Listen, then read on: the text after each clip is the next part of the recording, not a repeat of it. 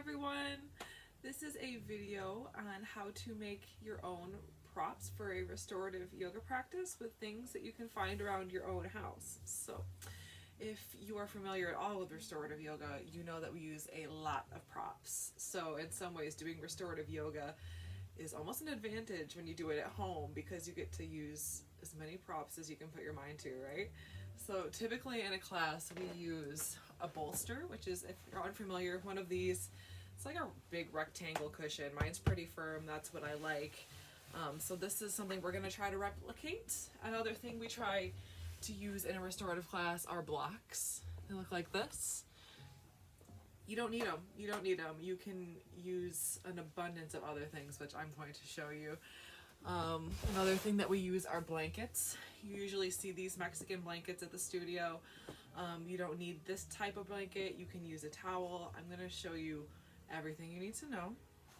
So go ahead and pause the video, find some props around the house that you feel inspired to use in your practice, and join me. Okay, let's start with how to fold the blanket. It's a good spot to start, right? So if you have a rectangular blanket, kind of like these Mexican blankets that you find at the studio, that's what this fold is for. So let's try. I've got mine completely unfolded, and we start by bringing fringe end to fringe end, shaking out any wrinkles. Cool. Now corner to corner. You've got this medium-sized rectangle. Go ahead and lay that flat on the floor in front of you. Here I like to smooth out with my hands, little hand iron, any lumps, bumps, creases. Cool. Now, short end to short end, so fold it, hamburger style. Now you've got an even smaller rectangle, and this is a key piece that I really recommend here, and it's taking your attention to this fold that you just made.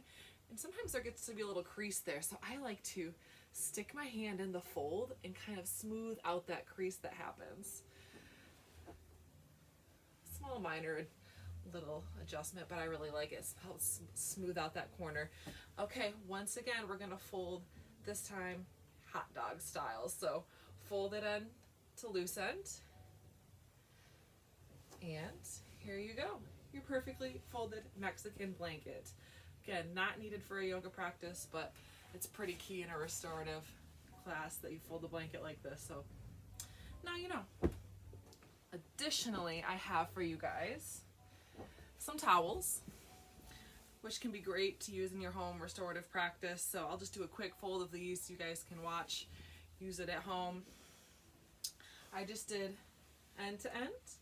Then I'm gonna fold it one more time, corner to corner. I've got a rectangle fold like this, short end to short end. This is a nice little small rectangle, almost a square type shape. You can use as a supplemental pillow, cushion, anywhere. For this demo that I'm going to do today, though, we're going to do it a little different. We're going to roll it. So we're going to unfold it so it's only folded once. Yep, fold it in half. And then let that come on the ground in front of you. I have my crease towards me, so the loose ends are away from you. And what we're going to start to do is roll it. Long, skinny burrito. Cool. One, and I have two towels here, so I'm going to do that with the other one too, just for the sake of the pose that I'm going to demonstrate for you guys. Fold it in half, corner to corner. Oh, I didn't even do that right. I'm not following my own instructions. Okay, I'm laying it flat, creases towards me, roll it up. I just love folding. I got carried away. Okay, I'm setting those off to the side. Now, let's try to make our own bolster. I got really pumped when I figured this out. I didn't figure it out. I just saw it online and tried to replicate it. So here I have two queen size blankets folded into this, it's kind of like a rectangle shape. So what I did here, let's take the first one and fold it in half. And you've got this like cozy little rectangle shape. There's one. I'm gonna grab my other one. Do the same thing. Go from my square, fold it in half into my rectangle. Cool. I have one on my mat, and then I'm going to set the other one right on top of it. Nice. You can kind of see here starting to make the shape of a bolster. There we go. Now this next step isn't 100% necessary, but I thought it was kind of neat. What we can do is strap these together.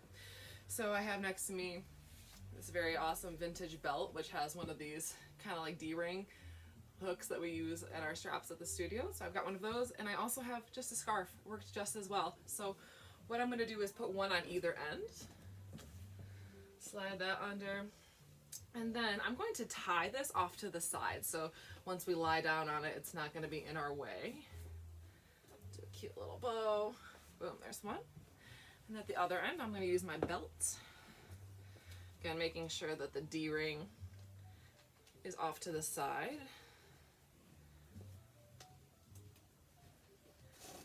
Oh, look at that. Gorgeous, homemade bolster. Can you believe? Awesome. What else do I have to show you guys? I just grabbed a couple of cushions off of our couch. Ketchup and mustard. Hello. There they are. And last but not least, I have some alternative blocks. So of course you can use a book, you can use a paint can. I don't really want to go into my creepy basement and get a paint can. So I found this this bread sheet or bread pan. I don't know, my boyfriend called it a meatloaf tin. We'll go with that. We can take this meatloaf tin. When you turn it upside down, boom, you got a block. I also just looked around my house and I found a couple of these boxes. These have stuff in them, so they're pretty sturdy, so that's nice. I grabbed two, stacked one on top of the other, and look, it's almost the same height as a block on medium height. Gorgeous. Cool. So if you've been participating along with me, let's set up a supported butterfly pose, supported Baddha Konasana, using all of these props that we just made. It starts at the very back of our mat, and I'm going to use my two stacked boxes right here. Look at that majestic beast. Okay, and then I am going to take my meatloaf tin. I'm going to put that right in front of it. Yeah, about 3 or 4 inches in front of my boxes. And then grab your bolster. All right, and that's going to lean right up against it, so it's on a nice incline here. Cool. Now, also nearby, I have my extra blankets, and I have some pillows nearby. Because once we get into this pose, you're going to want to adjust the comfort level that you need. Remember, in restorative yoga, we're not necessarily looking for a stretch. We're looking more for an opening. So opening over time as opposed to an intense stretch for a short amount of time, right? So keep that in mind. Have your props nearby, and also locate the two towels that you rolled up, these little skinny guys.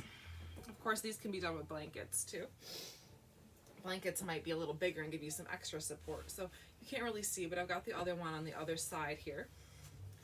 I'm going to start by keeping my legs straight and really snugging in these towels next to me.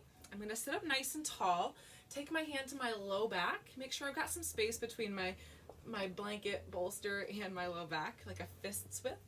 Cool. And then I'm going to start to use my hands to help me lower down. Now, when coming into any restorative pose, I want you to be mindful of the neck here. So my head is kind of leaning back. So I'm going to grab my blanket and put that right underneath my head. Oh yes, much better. I got a little bend in my neck here, tuck of the chin. So from here, we're going to start to add the butterfly shape with the legs. So bend the knees and plant the feet. Locate your towels. Make sure you can feel them slide underneath the hips. Then start to let the knees come wide. Feet stay together, bottoms of the feet together. And now here, you might have to come out of the pose, which sucks. But what you can do is come up and tuck this blanket, or this towel, and so they're right underneath the ankles, and you get some nice, gorgeous support. And again, if you're getting a big stretch here, try moving your feet further away from you. That's going to de-intensify what you got going on in the thighs or groin. Okay, so we've got the hips supported by the towel, we've got the ankles supported by the towel, and this is great, but we have more props we can use. So what are we going to do with these two extra pillows? An option you could do is slide them underneath the knees for some more support. If you're getting a big stretch in the knees, you can slide them underneath the knees.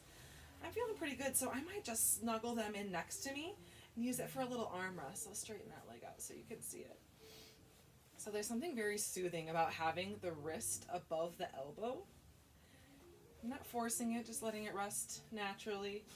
Wrist above elbow, snuggling in, fidgeting, adjusting, reaching for my eye pillow, but it's out of reach, so not really. But if you have one, that would be great for a restorative class. And here we are. To exit this pose, start by stretching out the legs. Let the hands come next to you, and then one solid movement. Inhale, push yourself up. Awesome. Well, this was just a quick little check-in. Oh my God, it was almost 10 minutes. It was not quick. Sorry about that. But I really just wanted to show you guys that you can use anything around your house for your restorative yoga practice. So I hope to see you soon. If not, in real life, here on the internet. Okay, I love you. Bye.